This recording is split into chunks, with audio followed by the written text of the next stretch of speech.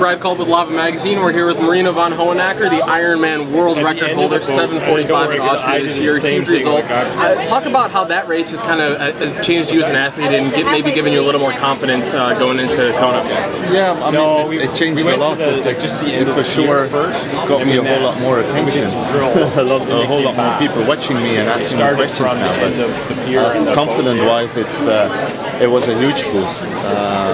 Maybe even a little bit dangerous boost, because you start feeling untouchable almost, and I think that's the one thing you don't want to have coming into this race, because I mean, for sure you're going to be hurt in some place or some time on the race, and all the guys will go fast. But Ray went fast the week after me, so he put me back on the ground with my feet and made me realize, okay, I'm probably not the only one who's going to fly in it. There's been a lot of talk this year about how hard the bike race is going to be because there's so many strong cyclists in the field, not only in Lieto anymore, but there's yourself, there's Andreas, there's Matthias, there's so many guys who can ride hard. Do you expect it to be a harder bike ride, and is that something you prepared for this year? I didn't really prepare for anything specific. I just tried to be a better triathlete, to swim a little faster, bike a little faster, and run well after a strong bike. And the last 2 years that seemed to work. So yeah, we might push a little harder on the bike or push each other a little harder on the bike, but at the end it all measures up, and if I go harder on the bike and they come with me, or if somebody goes harder on the bike and I go with him, I'll be running slower. So at the end it doesn't gonna make that much of a difference, I think. I know last year you came incredibly close to winning this race. I think you were only about 2.5 minutes behind at the end, and you were gaining time throughout the second half of that marathon. You know, looking back at last year's race, where are you looking at it and being like, this is where I can win the race this year? Is it, do you need a couple more minutes on the bike, on the run? Where are you kind of focusing? Well, through my career, I always was convinced I will win that race one day, or I can win that race one day. But I got 6th and 54, but that was still 7 or 8 minutes back. So it's maybe not right to say, okay, I'm going to win that race at that point. But last year I was like in striking distance the whole day, and I really paced it quite even the whole day through, and let Macca fly by me on a lead drive, because I was sure he's gonna have to pay for that sometime into the marathon late stages. And in energy lap we were 40 seconds apart, Macca, Rayleigh and me.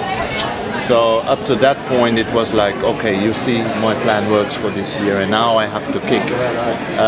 But yeah, well, the kick wasn't big enough. And then the two guys got together, with the pace dropped a little bit. I got closer again, but never really killing distance, I would say. But for me that was the big step, also mentally, to say, okay, I always said I'm going to win this race, but I was 8 or 7 minutes back.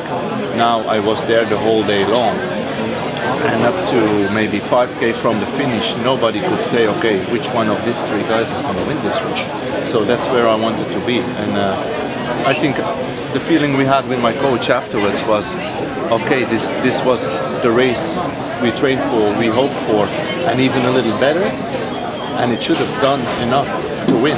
But these 2 guys also made a huge step somewhere during the year, and that's something I don't have in hand. So yeah, we trained hard this year, and tried to make an extra step, or tried to make another huge step.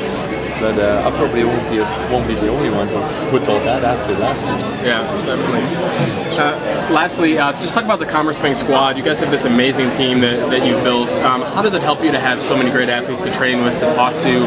And it seems like every year there are a couple guys who come out of this team that we maybe haven't heard of before the race. I think last year was Matthias and Mike. They were kind of unknown. Now they're household names. Yeah. Are there any guys in the squad this year, maybe younger guys, that we should know about? No, it's basically the same squad this year. The only difference is that everybody made another big step during the year. Some guys didn't win an Ironman before, they did this year. Yeah, I mean, it's been growing during the 4 years, and I mean every last athlete in the team has made a step every year, and that's something really nice. I think It's just because we had the deal for 4 years and we could grow. And I mean, we can only be thankful and hope that we find something like that for the next years. All right, again, it's Marino Vanhoenacker, last year's third place finisher. Watch out for this guy on Saturday, trust me. All right, thanks, Marino. Appreciate it.